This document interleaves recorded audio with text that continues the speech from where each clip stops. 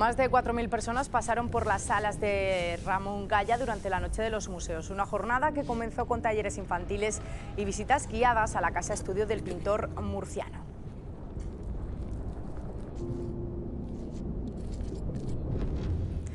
Esta noche vamos a hablar con el director precisamente del museo, con Rafael Fuster, para hablar de todas las nuevas incorporaciones que se han hecho en estos últimos meses e incluso años. Pero para eso le damos primero la bienvenida. Rafa, bienvenido de nuevo a las noticias de la noche. Creo que fuiste, si no el primero, el segundo entrevistado con este nuevo formato.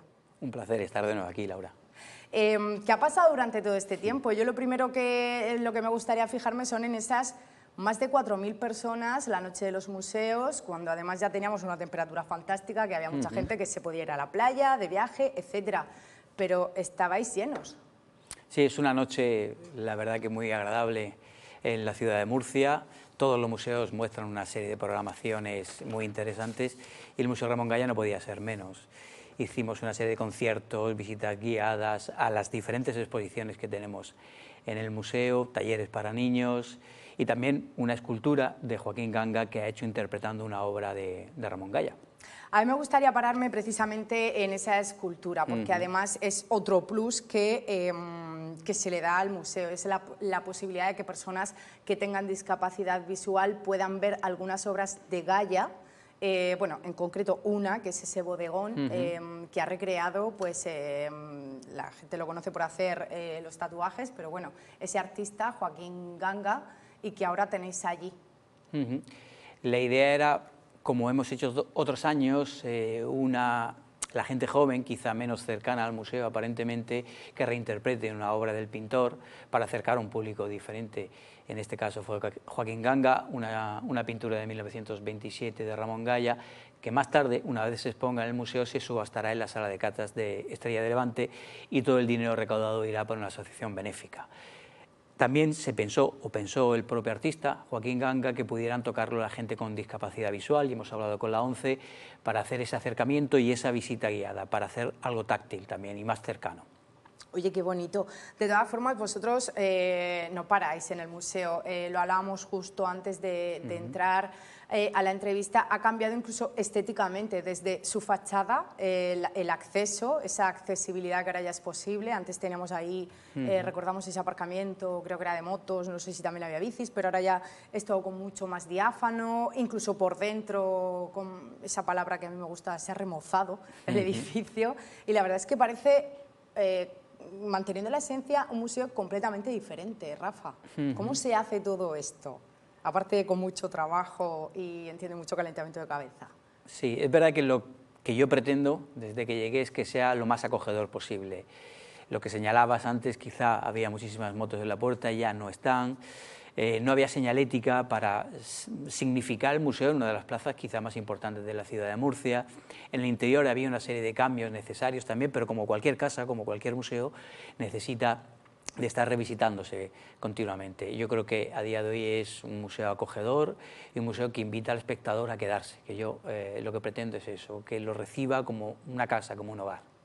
Es que además se lo parece, porque entras y bueno, esa sensación ahora incluso yo tengo la sensación de que parece más amplio. O sea, no sé si es por los tonos que habéis empleado, no lo sé. Incluso parece, pues eso, mucho más grande. Y este museo, además, vamos a meternos ya un poco en materia, podemos hablar de ese museo circulante del siglo XIX. 21. 21, perdona, exacto. El museo sale más allá de vuestros muros y se va, pues, a otros lugares. Hay una parte muy importante del museo dedicada a las misiones pedagógicas. Ramón Gaya fue director, por así decirlo, de un museo que circulaba, que viajaba por toda España con copias del Museo del Prado. Esa idea se interrumpió con la Guerra Civil, pero era preciosa, era algo luminoso, donde se llevaban no solo pintura, sino libros, discos, cine, a esos pueblos recónditos de una España rural y casi analfabeta.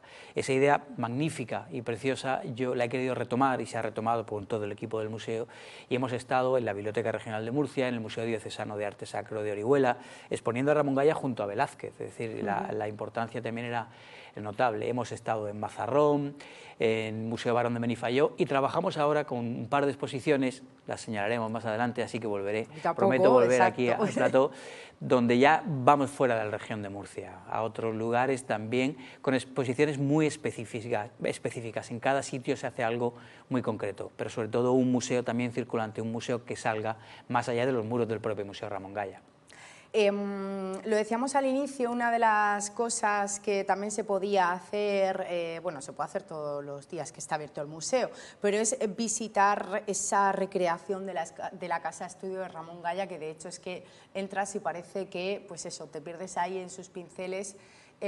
Yo entiendo que aquí también ha jugado un papel importante su viuda, Isabel Verdejo, que pues hace poco también pues se ha convertido en una aliada del museo, con sus obras, etcétera. Cuéntanos un poco cómo habéis ido configurando todo eso y luego hablamos, si quieres, un poquito más de Isabel o al revés.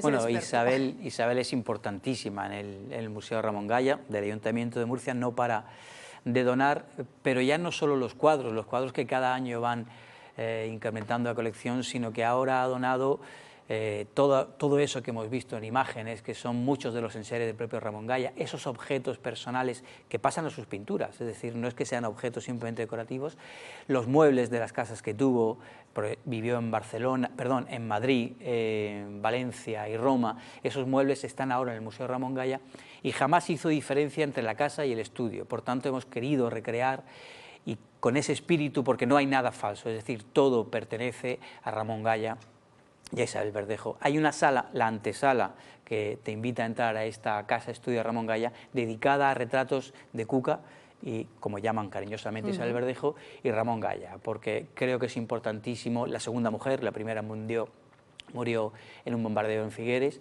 pero la segunda mujer ha sido decisiva en la vida de Ramón Gaya y sigue siendo decisiva en el Museo Ramón Gaya de Murcia. Qué bonito, a mí es verdad que como el tema de la pintura y todo esto me gusta mucho, yo cuando lo vi físicamente digo, ¿serán los óleos que le sobraron o que le sobraban, que estaban ahí guardados? Porque es que es fantástico. Sí, todo es de Ramón Gaya, incluso la paleta, una paleta ya seca, que deja un rastro, es decir, una paleta, por una paleta se sabe qué tipo de pintor estamos hablando, sin ver un solo cuadro, cómo trabaja con el color. Todo eso es suyo, incluso las copas. Y hay una cosa curiosa, porque tenemos una mesa, que es la mesa de Ramón Gaya, que pasa también, como digo, a su pintura, una mesa donde se ha convertido en una especie, bueno, un altar improvisado, donde los amigos de Ramón Gaya o gente incluso desconocida lleva flores, porque a Ramón Gaya le gustaban mucho las flores de la huerta, mucho mejor que de invernadero, algo más imperfectas, pero para él más bonitas, que luego pasaban a sus cuadros. Pues la gente lleva ese tipo de flores y yo creo que también es un precioso homenaje a este pintor universal. Qué anécdota más bonita, Rafa. No la conocía. Tú también has hecho otra labor y es esa red de museos unipersonales.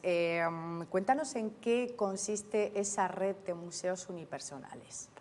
Bueno, el Museo Ramón Gaya es un museo consagrado a un solo autor. Es cierto que hay una sala, porque así lo quiso Ramón Gaya, dedicada a esos pintores con los que convivió, pero en el panorama nacional hay muchos museos de esta naturaleza, museos dedicados o consagrados a un pintor, a un escultor, diferente de escritores. Yo en este caso lo que sí estoy haciendo es tejer esa red entre muy diferentes lugares o destinos de España, donde o han venido al Museo Ramón Gaya a hablar de la singularidad de sus espacios, como el Museo Picasso en Málaga, como Ana Doldán, la directora del Museo Esteban Vicente en Castilla-La Mancha, también en Murcia tenemos a María Teresa Marín con el Museo Salcillo, en breve tenemos a la directora del Museo Cristino de Vera, hace poco estuve con el Museo Baltasar Lobo. Como ves, a lo largo de todo el territorio nacional hay una serie de museos consagrados a un solo autor y mi idea es tejernos, echarnos una mano, aunarnos y aparecer en el mapa. Quizá es un reclamo turístico también, es muy interesante, por algo fundamental. En Murcia, la ciudad de Murcia, Ramón Gaya, al igual que Salcillo, que tiene su propio museo, es un embajador.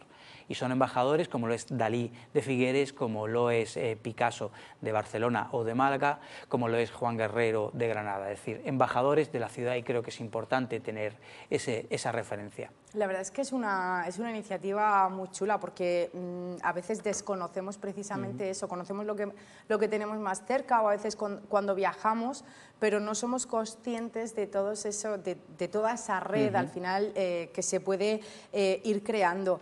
No sé si habéis tenido en los últimos meses algunas donaciones más de otros amigos, pintores. ¿Cómo estáis haciendo crecer el museo? Porque además tenéis exposición permanente, pero luego convive con otra, no paráis, con otras que son del momento. Tienes un tiempo para verla y chimpum. ¿Cómo lo hacéis? La singularidad del edificio te lo permite, porque son dos casas unidas, pero hay 3 salas, las que dan a la Plaza Santa Catalina, que no se comunican con el resto del edificio dedicado a la colección permanente. Así que en esas 3 salas nos permite pues, variar, cambiar, hacer exposiciones temporales, revisitar los fondos, porque tenemos más de 500 obras en los fondos, y así dar una oferta dinámica y viva para que el público, cada vez que vaya al museo, cada semana tiene algo nuevo, o un cuadro invitado, o una obra destacada, el cuadro del mes, inauguraciones de exposiciones, como no, o conciertos o presentaciones de libros. Es decir, tiene que ser un lugar vivo.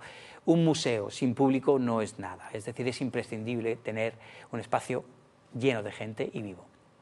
Yo la verdad es que la mayoría de veces que paso por allí, por la Plaza Santa Catalina, siempre veo gente dentro. No sé cómo lo hacéis, pero siempre hay alguien. A veces hay más, otras veces hay menos. ¿Os esperabais que la noche de los museos, que a mí me sorprendió, hubiera de verdad ese ambientazo? Sí que es verdad que pues había también grafitis en la calle, lo montasteis muy bien, tengo que decirlo, conciertos de, o sea, DJs, es una manera que a lo mejor a la gente le choca el decir, pues el Museo de Ramón Gaya, de repente, pues ese espectáculo, tenemos que decir, de día, de actividades para todas las edades. ¿Os esperabais esa respuesta del público? En cierta medida sí está previsto, es decir, la Noche de los Museos es una noche donde la gente sí va de manera masiva por las actividades que se hacen, porque es un horario muy diferente y sí lo esperábamos. Es cierto que no es esa noche, sino toda la semana se hacen actividades en torno a la Semana de los Museos. No hay que perder de vista que es una fiesta, que es un día de alegría, pero hay que significar lo que es una colección museográfica, la importancia que tiene un museo de conservar, preservar y difundir un legado. Es el pretexto, el sábado se suele hacer el sábado siempre para hacer una fiesta, pero sin perder de vista esa idea de la colección, de que un ayuntamiento se encarga de conservar y difundir, y es importante que los museos estén en las ciudades, también son embajadores, no solo en este caso el autor, sino de quiénes somos, de dónde venimos y hacia dónde vamos. Y hacia dónde vamos. Rafa, no sé si se me escapa alguna cosa más, porque yo me quedaría contigo toda la noche, pero como sabes tenemos un tiempo limitado. Y como eres un libro abierto, ¿qué tenemos próximamente? ¿Qué sorpresa nos ha...? Ya has hablado de exposiciones de las que no puedes hablar, pero ¿hay algo de lo que podamos hablar próximo, que no tengamos que perdernos? Sí, tenemos presentaciones. Vendrá Alejandro Vergara, alguien importantísimo dentro del Museo del Prado, a presentar y hablar sobre un libro de esta magnífica institución. Ah, sí, bueno, se me olvidaba, es verdad, Ramón Gaya ha entrado en el Museo del Prado, está en la colección permanente. Hace muy poquito también, gracias a Isabel Verdejo, que hizo una donación de 41 cuadros, pero uno de ellos ya se puede ver siempre de manera permanente en el Museo del Prado. Eso es un hito porque el Prado, como se sabe, acaba en 1881 y pasa al Reina Sofía, pero es un pintor que tiene tanta importancia, o ha vivido y ha tratado tanto el Museo del Prado en su pintura y en sus escritos, recordar que es un magnífico escritor, que estaba justificado que Ramón Gaya entrase en el Prado. Esa es otra de las grandísimas noticias que venimos dando. Bueno, tenemos esas presentaciones, la presentación también muy importante del archivo Juan Guerrero, que ya se ha digitalizado, ya por fin tenemos todas esas imágenes y ya podemos dar luz, que además ha sido bastante interesante porque nos han llamado de toda España por ese archivo, así que en breve se va a presentar y seguiremos con exposiciones, con inauguraciones y con actividades algo más estivales por el tiempo. Por el tiempo. Pues vamos a estar muy pendientes. Tengo mucha ganas de ver esa digitalización, Rafa. Un placer. Ya sabéis que las 7 es vuestra casa, que nosotros estamos encantados de que siempre nos deis estas noticias tan agradables, que ya tenemos otras feas. Muchísimas gracias a vosotros. Un placer.